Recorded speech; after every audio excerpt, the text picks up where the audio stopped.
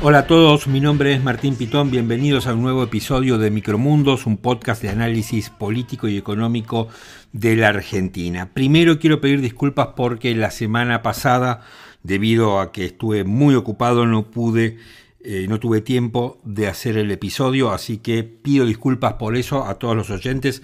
Hay alguien que me escribió diciendo: me gusta el contenido, lástima que sea tan discontinuo. Así que, primero agradezco el mensaje. Segundo, no somos tan discontinuos, pero la verdad es que la semana pasada me fue imposible hacerlo, así que pido miles y miles de disculpas. La verdad que cuando no lo puedo hacer, a mí siento que me falta algo y espero que ustedes también lo sientan. Así que, pero bueno, también me ha servido esta semana de inactividad para poder elaborar y trazar un análisis más tranquilo, más sosegado y más analítico de lo que ha ocurrido en las elecciones de la provincia de Buenos Aires, donde ganó el peronismo y fue derrotado el presidente de la Nación, Javier Milei. ¿Por qué enfatizo y hago hincapié en el nombre de Javier Milei, como está en el título de este episodio, Milei sin cambios después de la derrota? Porque el que puso el cuerpo, el que nacionalizó la campaña, el que nacionalizó una elección que era provincial, fue el presidente de la Nación, Javier Milei, que salió a polarizar con el gobernador Axel Kicillof. Bueno, a lo largo de este episodio vamos a analizar esa derrota y vamos a tratar de trazar un pronóstico de cómo se proyecta el gobierno de cara a las elecciones nacionales del mes de octubre. A mí me parece, y con esto anticipo un poco el análisis, que esta elección de la provincia de Buenos Aires viene a ser como una suerte de paso de cara, ¿no?, a la elección principal del 27 de octubre. Pero esa es mi visión, después la voy a profundizar esta mirada. Aquellos que les guste Micromundos, si tengan ganas, como siempre les digo y les pido, pónganos un like, pónganos 5 estrellas, síganos, traten de contarle a sus amigos que existe este podcast, que lo escuchan, que les gusta, y si pueden, también invítennos con un cafecito que nos ayuden a financiar este proyecto completamente artesanal, hecho con muchísimo amor, pero por sobre todo con profesionalismo. Arrancamos Micromundos así. Las urnas dijeron que no se puede gobernar más con odio, con maltrato y con insultos. Las urnas le dijeron que el gobierno nacional tiene que intervenir y no puede actuar con indiferencia ante los despidos y ante los cierres de empresas. Es una obligación, no es optativo.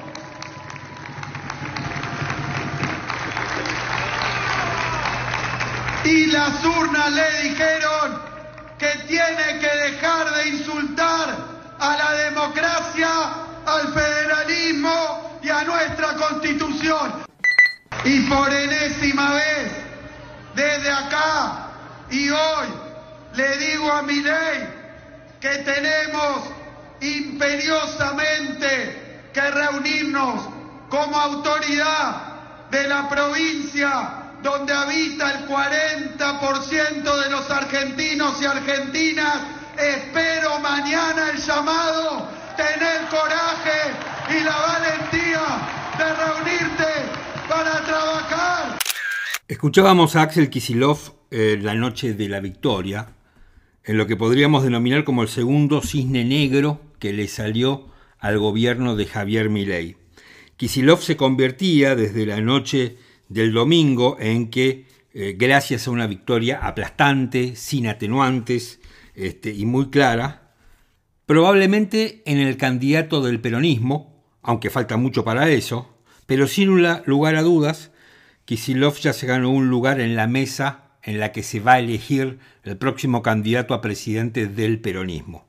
Javier Milei quiso ponerle el último clavo al cajón del kirchnerismo y terminó resucitando al peronismo.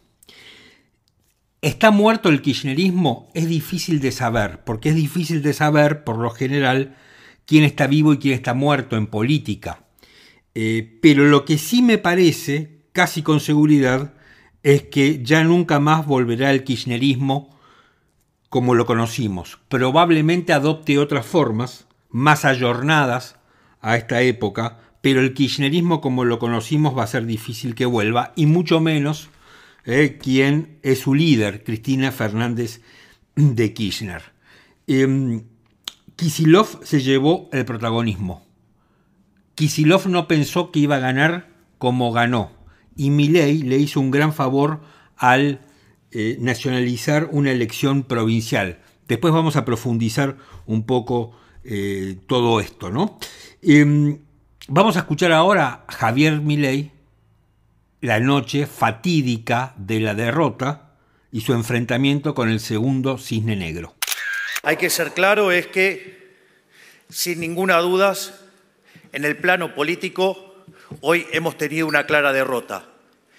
Y si alguien quiere empezar a reconstruir y salir adelante, lo primero que hay que aceptar son los resultados. Y hoy los resultados no han sido positivos y hemos tenido un revés electoral y hay que aceptarlo. Porque básicamente ellos han hecho la mejor de las elecciones que podían hacer posible, porque estaban en juego sus cargos y sus distritos. Por lo tanto, este es un piso desde el cual empezaremos a trabajar de cara a este 26 de octubre que vienen las elecciones nacionales. Naturalmente, a medida que vayamos completando todos los resultados, esto va a dar lugar a un profundo análisis de los datos y naturalmente eso va a conllevar a una profunda autocrítica donde aquellas cosas en las que nos hemos equivocado las vamos a corregir. También quiero señalar a todos los argentinos que el rumbo por el cual fuimos elegidos en el año 2023 no se va a modificar, sino que se va a redoblar.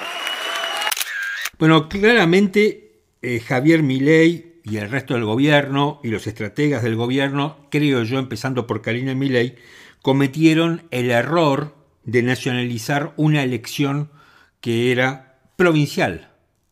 Nacionalizaron la elección de la provincia de Buenos Aires pensando que allí se jugaba el todo por el todo y perdieron. Se estaban eligiendo concejales en los pueblos y ahí se equivocaron. Pensaron que como no podían seguir polarizando con Cristina Fernández de Kirchner, el mejor adversario era Axel Kicillof. La diferencia y el problema es que no era en esta elección, tal vez era en la de octubre.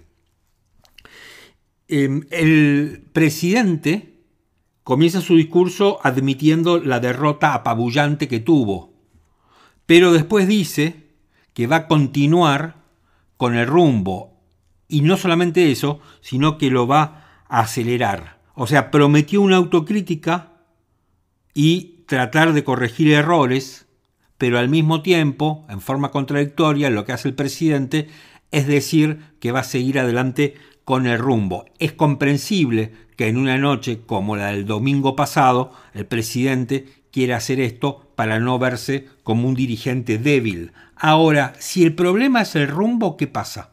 O sea, si el resultado de la elección en la provincia de Buenos Aires es el rumbo del presidente, ¿qué va a hacer? Este es un primer interrogante muy importante, porque yo decía hace un momento que este es el segundo cisne negro con el que se enfrenta el gobierno. El primero es el escándalo de Españolo, que recién se está escribiendo sus primeros capítulos. El segundo es este. Pero el escándalo de Españolo lo que ha hecho es quitarle a la Libertad Avanza y al movimiento libertario que nos gobierna la mística. Se acabó la motosierra, esa parábola tan importante, y se acabó también la parábola de la casta, porque en definitiva una gran parte de este gobierno pertenecen a la casta. Y yo creo que acá, además, hay una gran mala praxis entre Karina Milei y el propio Santiago Caputo. Esta lucha interna que tienen con visiones completamente distintas de cómo construir política, me parece que han llevado, ¿no?, en parte a este resultado. Pero también creo que en parte ha llevado a este resultado la mala gestión de este gobierno. Porque por más que el gobierno siga diciendo permanentemente, y es cierto, que la inflación baja, la gente no puede comprar nada. Por eso el consumo está destruido, por eso nadie llega a fin de mes, o cada vez son menos los que pueden hacerlo, y el gobierno eso evidentemente no lo tiene en cuenta. Vamos a escuchar ahora a Ernesto Sanz. Nosotros hemos entrevistado a Ernesto Sanz, un ex senador radical de la provincia de Mendoza, fue presidente del radicalismo y además fue uno de los fundadores de Cambiemos, aquella alianza que lo lleva a Mauricio Macri al poder, ¿no?, en el año 2015. Pero aquí Sanz, dice algo que a mí me parece muy interesante. Milei termina siendo funcional por su torpeza, por su mala praxis y por sus errores de campaña a la victoria de Axel Kicillof. Lo que debió haberse hecho es permitir que el bonaerense plebiscitara no la gestión nacional, sino la gestión provincial. Claro. El favor que le hace Milei a Kicillof es enorme, porque le permite a Kicillof disimular o pasar por alto el plebiscito de su gestión, que es desastrosa. La gestión de Kicillof en la provincia de Buenos Aires es terrible, es muy mala. La provincia de Buenos Aires está muy mal administrada. Es interesante lo de Sanz, que dice, la gestión de Kicillof es mala, la gestión de Kicillof es un desastre, pero parece que lo de Milei es peor, y por eso es que la gente se vuelca a votar al peronismo. Yo creo que hay otra cosa además de esto, y creo que muchos intendentes, que son los que más proximidad tienen con la gente, están haciendo buenas gestiones, o gestiones mejores de la que venían. Entonces, por eso ha sido tan importante la victoria del peronismo, porque esos intendentes se movieron. Y yo escuché dos argumentos a lo largo de toda esta semana, posterior al fracaso electoral del gobierno, que realmente me molestaron mucho y me siguen molestando. Primero, aquellos que explican que en realidad el que ganó, el peronismo, perdió. Y entonces empiezan a hacer comparaciones esotéricas con no sé qué elección, conocer la cantidad de votos que han perdido, con la cantidad de ausentes, y que en octubre es otro partido. No se puede extrapolar esto a octubre. Sí podríamos tratar de pensar si esta elección no tiene alguna influencia en octubre, pero no va a ser un calco sin lugar a dudas. Casi me atrevería a decir que al gobierno le va a ir mejor en octubre que esta vez. Ese es el primer argumento que me ha molestado mucho. El segundo argumento es un argumento completamente despectivo con la gente que ha votado como ha votado, y es este que dice algo así como que la gente vota al peronismo porque le gusta seguir cagando en un balde y chapotear entre las calles de barro. Esto es lo más despreciativo que he escuchado, y este gobierno es muy despectivo y muy despreciativo. Y esto no se dice livianamente. Y me parece que en este tipo de construcciones es que el gobierno también debería buscar alguna explicación de su derrota. No solamente en la parte económica, sino que la gente está cansada, además de no llegar a fin de mes, de tener problemas económicos, de quedarse sin trabajo, que todavía la basureen, que todavía las insulten, le digan negro de mierda. Eso es lo que hace La Libertad Avanza. Eso es lo que hace este gobierno. La gente está harta, se cansó y votó. Y la mejor forma de protesta es el voto. No hay otra. Más civilizada, legal, como tiene que ser. En este segundo segmento de nuestro reportaje con Ernesto Sanz, que les digo, escúchenlo porque es un reportaje muy interesante, porque Sanz es una persona racional, sin apasionamientos, sin raptos de vehemencia, que analiza fríamente una elección.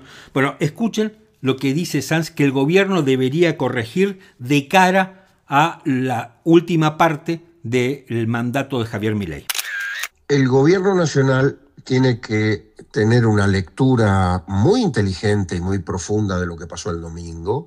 Tiene que estar preparado para que esto no le vuelva a pasar ahora el 26 de octubre.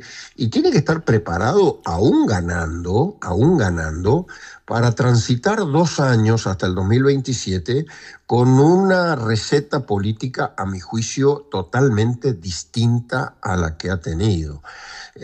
Al amateurismo le tendrá que imponer profesionalismo, a la imprevisión le tendrá que poner certidumbre y al aislamiento y los malos modos le tendrá que poner diálogo, ¿no? y buena voluntad.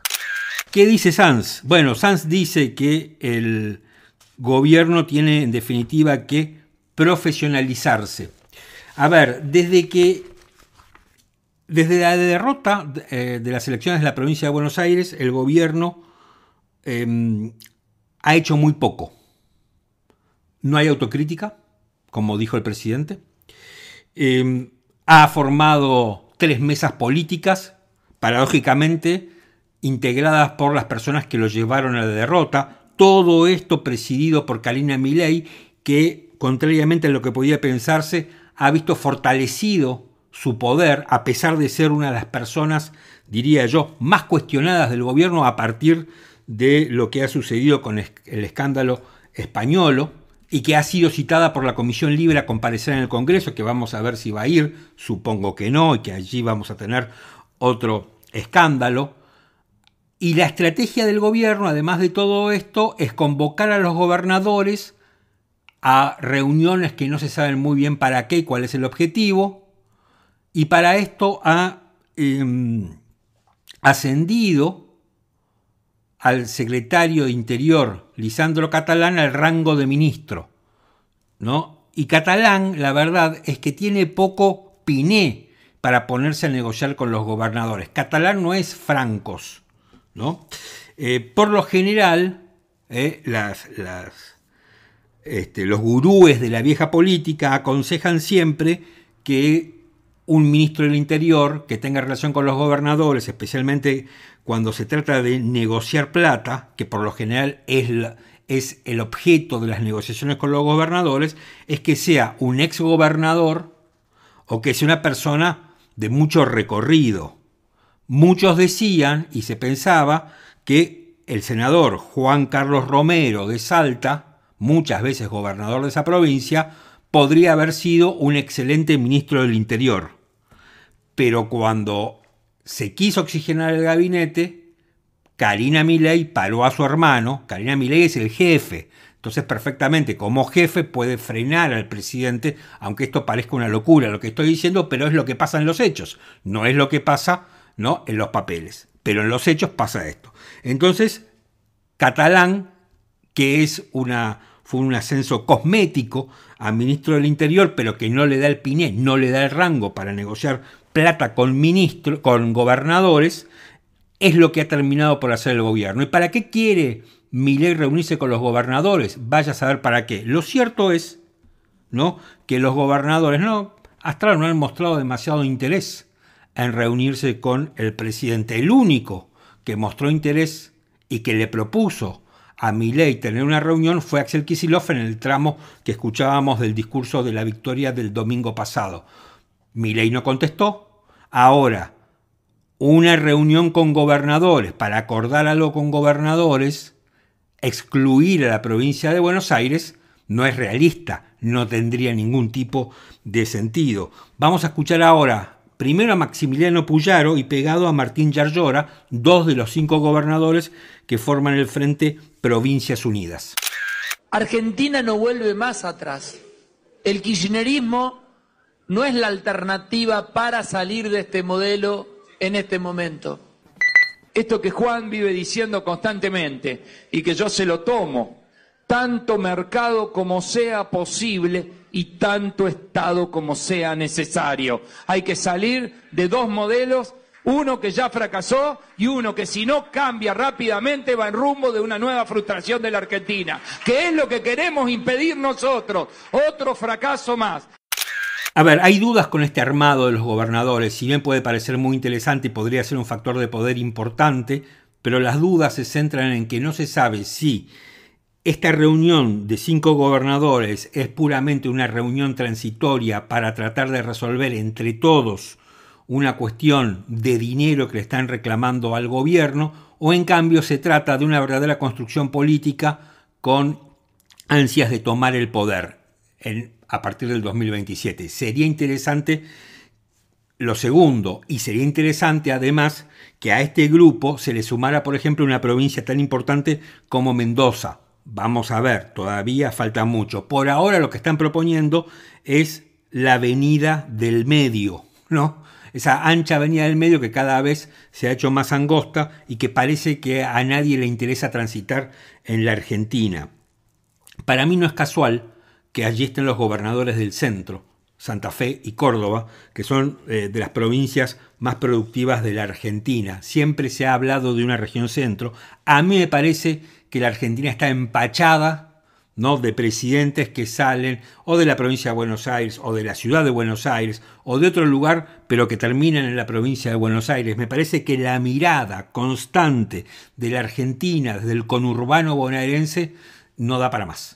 Me parece que la Argentina necesita otra mirada, y esa otra mirada que necesita la Argentina creo que tiene que venir desde las provincias productoras, de las provincias que verdaderamente generan riqueza, como Mendoza, Córdoba y Santa Fe. Me parece a mí que ese cinturón del medio de la Argentina es el que debería dar el próximo gobernante. Yo dudo mucho que Javier Milei sea reelecto, pero hay quienes dudan mucho que Javier Milei pueda terminar este mandato. Una de ellas es la periodista Nancy Pasos, que decía esto.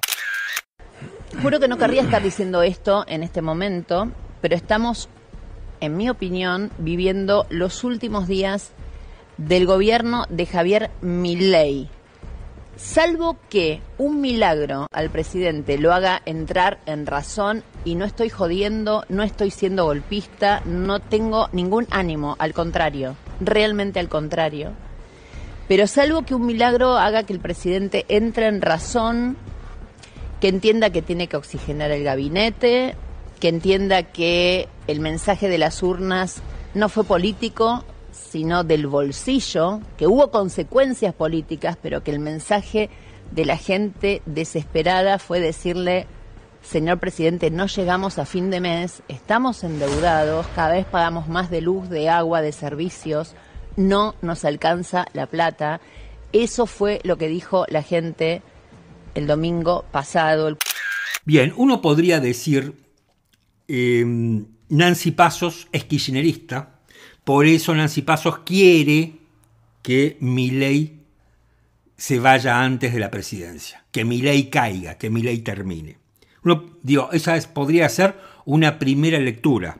Lo cierto es que a partir de la derrota en la provincia de Buenos Aires, un escenario que se está construyendo es justamente la salida anticipada del poder de Javier Milei. Yo sé que decir esto es duro, es arriesgado, y me pongo a tiro que cualquiera me pueda decir que soy un golpista, que lo que quiero es que Milei se vaya antes y que tengamos una interrupción institucional. No es lo que quiero. No es lo mejor para la Argentina que Milei se vaya antes, pero también puede ser muy complicado que Milei se quede haciendo lo mismo que viene haciendo y que ha sido rechazado. Pero no que ha sido rechazado solamente en estas elecciones de la provincia de Buenos Aires y que puede ser rechazado el próximo mes de octubre, sino que se ha rechazado constantemente por el Congreso y que él vete. O sea, que el Congreso apruebe una ley, que él vete esa ley, que el Congreso insista con aciertos y fracasos en voltear o no el veto del Poder Ejecutivo. Eso genera un desgaste impresionante. El presidente está dispuesto a gobernar para eso. E inclusive, digo más, si al gobierno le fuera muy bien en octubre, 40-42%, difícil para mí que lo logre, pero supongamos que fuera así, y llegar a un número mágico. ¿Cuál es el número mágico? 83 diputados. ¿Por qué necesita 83 diputados? Porque esa manera no le pueden voltear un veto. Puede resistir los vetos. Pero ¿qué va a pasar con ese esquema? Si él no dialoga, si el gobierno no negocia, no va a poder impulsar ninguna de las reformas con las que se comprometió con el Fondo Monetario Internacional. No va a haber reforma previsional, no va a haber reforma tributaria, no va a haber ninguna reforma de fondo.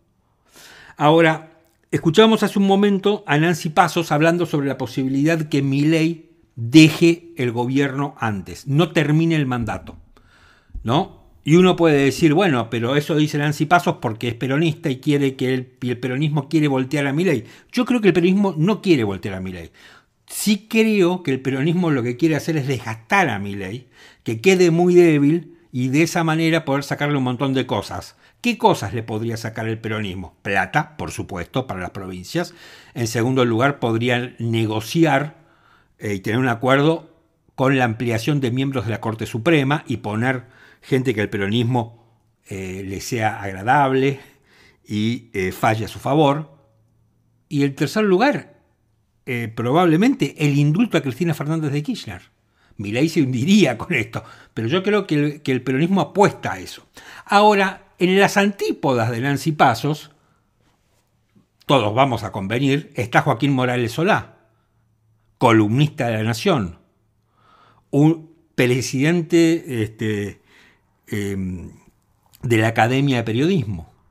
Nadie puede pensar que Joaquín Morales Solá es kirchnerista. El miércoles pasado, Joaquín Morales Solá en La Nación dice algo bastante parecido a lo que dice Nancy Pasos.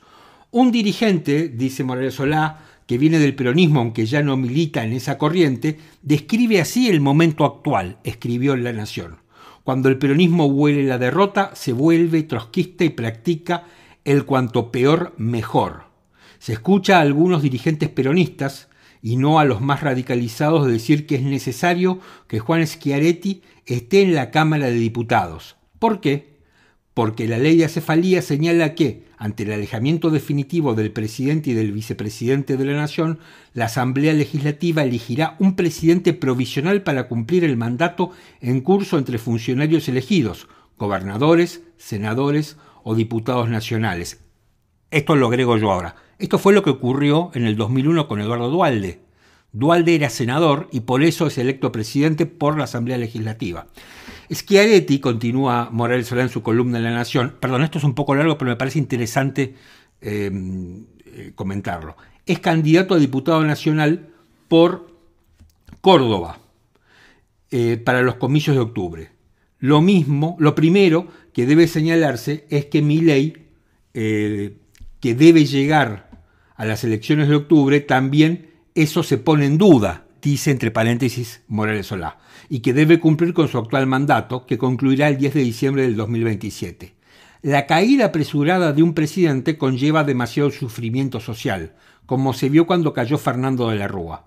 Lo segundo que debe advertirse es que existe una vicepresidenta de la Nación, Victoria Villarroel, que Milei se encargó de alejar de sus logros y felizmente para ella de sus fracasos, y que la Constitución señala que es el vicepresidente quien debe concluir el mandato en caso de acefalía en la presidencia. El gobierno le debe a la sociedad decisiones más amplias y generosas después de todo lo que pasó y cuando, además, tiene enfrente a semejantes adversarios urdiendo una emboscada. De forma más elegante, lo que acabamos de leer, escrito por Joaquín Morales Solá en el Diario de la Nación y publicado el miércoles 10 de septiembre, es muy parecido a lo que dice en su editorial Nancy Pasos. Digo, son dos periodistas de corrientes completamente distintas. Una está en C5N, si se quiere, símbolo de los medios kirchneristas, y el otro está en el Diario de la Nación, que es un diario completamente conservador y tradicional de la Argentina. Ambos, con sus matices, con su ideología, están diciendo que hay un escenario en el cual Javier Milei no termina su mandato, que vence, como bien decía Joaquín Morales Solá, el 10 de diciembre del 2027. Estos escenarios que plantean Nancy Pasos y Joaquín Morales Solá, hace 2 meses era impensable que un periodista pudiera escribirlos. Era absolutamente impensable, porque nadie los tenía en la cabeza. Hoy, los empresarios, los círculos de poder, están pensando que hay un escenario, que hay una posibilidad que Milei no termine el mandato. Y eso, me parece a mí, puede llegar a verse si las elecciones de octubre son un fracaso. Y si Karina Milei, el jefe, tiene problemas con la justicia y debe alejarse del gobierno. Acá entramos en otro escenario. ¿Puede pensarse un gobierno de Javier Milei sin Karina? Para mí, es muy difícil. Pero lo cierto es que Karina Milei, contrariamente a lo que podía pensarse, ha reforzado y tal vez acrecentado su poder de cara a las próximas elecciones. De hecho, esta semana ha estado en un minúsculo acto en la provincia de Tucumán, donde fue la oradora central. Buenas noches, Tucumán. Quiero empezar como empiezo cada vez que voy a una provincia, y a todos los que trabajan para que nosotros habramos llegado a este momento. De muchos trabajamos sin quizás que todo el mundo lo sepa, pero todos trabajamos por este proyecto. Y la verdad, él ha trabajado incansablemente junto a todos para que salieran las cosas del Congreso y para que pudiéramos poder seguir progresando con la Libertad Avanza. Así que muchas gracias, Lisandro. La verdad que Karina Milei, más allá de lo que uno piense, es muy mala dando un discurso, ¿no? Me parece que está peleada, lamentablemente, con la oratoria. Si esta va a ser la campaña del gobierno después de la derrota estrepitosa en la provincia de Buenos Aires, me parece que vamos mal. Ahora, ¿qué es lo que está pensando el gobierno de cara a las elecciones? Que no falta tanto, no falta tanto, aunque falta mucho, como pasa siempre en las elecciones. Pisar el dólar barato, inflación baja. Eso es lo que piensa el gobierno. No sale de ahí, no puede salir de ahí.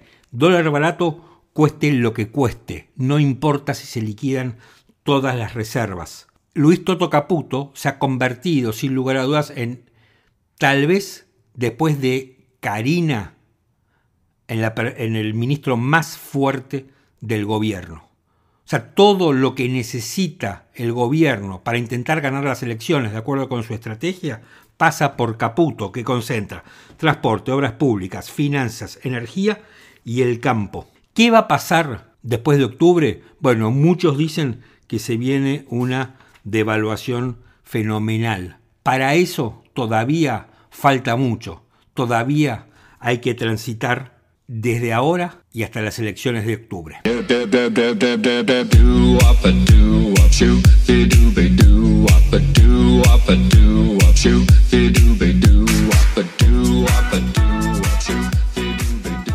Estamos llegando al final de este episodio de Micromundos. Ahora voy a ir con la recomendación, pero como siempre les pido, si les gusta Micromundos y tienen ganas de apoyarnos, les dejo en la descripción del episodio el link para que nos inviten con un cafecito que nos ayuda a financiar este proyecto y este podcast que queremos tanto y hacemos con tanto cariño, garra y sobre todo profesionalismo. Bueno, mi recomendación para este episodio es una miniserie española que se llama Dos tumbas, que está en Netflix, que les dejo el link del tráiler en la descripción del episodio para que lo puedan ver. Es una miniserie española de tan solo 3 episodios, que a mí me parece perfecto para una miniserie, es espectacular. Más o menos cada uno dura 50 minutos, 1 hora, y trata sobre la desaparición de 2 chicas adolescentes en un pueblito español que van a una fiesta y luego desaparecen. 2 años después, la investigación oficial queda completamente cerrada sin haber producido ningún avance. Y aquí cobra un rol protagónico la abuela de una de esas chicas, que empieza a investigar. Cuando la policía no le da resultados, se empieza a investigar y se une con Rafael, que es el padre de la amiga de su nieta desaparecida, que también desaparece con ella, con la característica que Rafael, el padre de una de las chicas, es mafioso, ¿no? Es un traficante de drogas que tiene otros métodos bastante distintos a los de la abuela. Y hay una relación muy interesante entre la abuela y Rafael, ¿no? Rafael, un mafioso, narcotraficante, acostumbrado a métodos brutales, que no respeta a nadie, pero que se detiene ante la abuela. Y la abuela, que no tiene ningún problema en asociarse a quien la pueda ayudar para saber qué pasó con su nieta, bueno, termina respetando los métodos brutales de Rafael. A ver, en el fondo, me parece a mí que esta miniserie, que es muy entretenida, que si bien no es una miniserie brillante, pero que sirve para entretenerse, pero me parece que un poco acá lo que está en juego, ¿no? Y lo que un poco hace jugar a esta miniserie es qué pasa con la gente común cuando el sistema no te da resultados. Algo que en la Argentina conocemos y muy bien, especialmente cuando se trata de temas de seguridad, donde la policía no da resultados, cuando el poder político no da resultados y cuando la justicia no da resultados. Por eso me parece que es interesante, tiene una medida justa, no es una serie kilométrica de decenas de episodios y las cosas se resuelven a un muy buen ritmo. Verdaderamente la recomiendo. Insisto con esto, no es un super thriller español, pero me parece que es una miniserie que se deja ver. Bien, hasta acá llegó este episodio de Micromundos. Mi nombre es Martín Pitón y espero que les haya gustado. Hasta la semana que viene.